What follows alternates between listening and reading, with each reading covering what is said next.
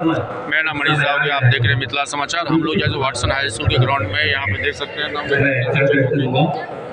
बिहार सरकार के जो द्वितीय चरण का जो है सेकंड चरण का हो रहा था, ये हम लोग वाटसन स्कूल पे हैं। नवंबर 2023 में शिक्षक नियोजन के प्रथम भर्ती चरण में करीब 1,20,000 नए शिक्षकों ने योगदान किया, जिससे बिहार में छात्र शिक्षक अनुपात में अच्छी वृद्धि देखी गई और जनवरी 2024 में करीब 2 महीने के भीतर ही पुनः करीब 1 लाख शिक्षक का योगदान कर रहे हैं। मुझे आशा है कि इससे नियोजन के बाद शिक्षा में और बेहतर बदलाव होगा। मेरा नाम मनीष राव, आप देख रहे हैं मिथिला समाचार। ये देखिए जो सेकंड चरण का जो टीचर्स का जो primary, middle plus high school, ये सेकंड राउंड का जो सीएम का वादा था, उसी कर्मियान संबोधन के साथ जो है सो ये कार्यक्रम का आगाज हो रहा है। मेरा नाम मनीष राव, आप बेटी मंजलिका के साथ हम लोग मिथिला समाचार की टीम यहाँ पे पहुँच गई है। खत्म ही होने वाली थी, 9 दिन बचा था, तब जो है मेरा सिलेक्शन हुआ है फाइनली।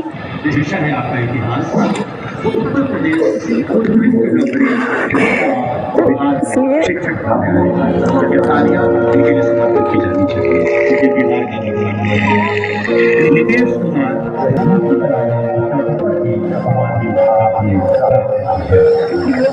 बहुत आंदोलन कर रहे थे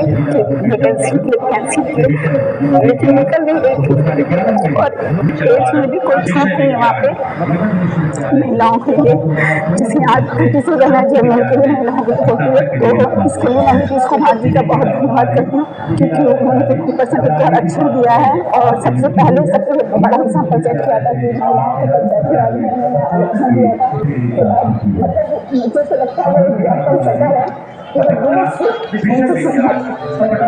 नारी सशक्तिकरण की दिशा में राज्य में महिलाओं के लिए माध्यमिक एवं उच्च माध्यमिक विद्यालयों में 35% आरक्षण देने के संग प्रारंभिक विद्यालय के अध्यापकों की नियुक्ति में भी महिलाओं को 50% आरक्षण दे रहा है। उल्लेखनीय है कि उत्तीर्ण लगभग 1 लाख अभ्यर्थियों में 85% बिहार से हैं तथा शेष 15% न सिर्फ देश के अन्य राज्यों से हैं, बल्कि इनमें पड़ोसी मुल्कों में काम कर रहे अभ्यर्थी भी शामिल हैं। मैं पूर्णिया से हूँ, बट मैं दुबई में थी, यूनाइटेड अरब एमिरेट्स दुबई।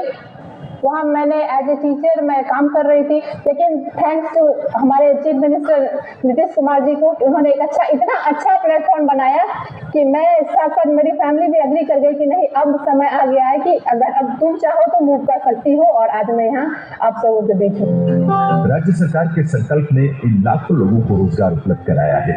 ये एक ऐसा बदलता बिहार है जहां न सिर्फ राज्य के लोगों को नौकरी मिल रही है, बल्कि इतनी बड़ी संख्या में अन्य राज्यों के बाशिंदों को भी बिहार में रोजगार मिला है। अभी हम यहाँ पे दो हफ्ते से इंडक्शन ट्रेनिंग पे हूँ और यहाँ पे लोग काफी मिलनसार लगा। यहाँ पे हम लोग 120 लड़की सब है और यहाँ पे काफी फ्रेंडली है और हमको यहाँ पे एकदम होम फील करियो, बिल्कुल भी ऐसा फील नहीं हो रहा कि मैं अदर स्टेट में आई हूँ। हम बिहार सरकार को भी एकदम धन्यवाद देना चाहूंगी और हम लोग का honourable chief minister Nitish Kumar को भी, मिस्टर नीतीश कुमार सर को भी, और जिस तरीके से हम लोग अदर स्टेट को अपॉर्चुनिटी दिया यहाँ पे हम लोग को आके बच्चे को पढ़ाने के लिए, once again thank you so much.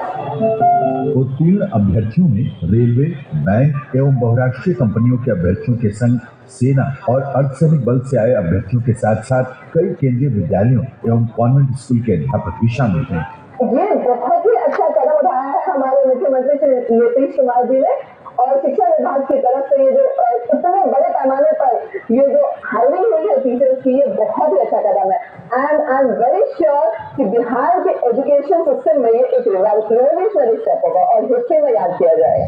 HDFC bank से मैंने रिलायंस इंडस्ट्रीज ज्वाइन किया। रिलायंस इंडस्ट्रीज में मैं जियो फाइनेंस बैंक लॉन्च करने वाले थे मुकेश भाई अंबानी, तो उस टीम का मैं पार्ट था और मुझे बिहार गवर्नमेंट की तरफ से माननीय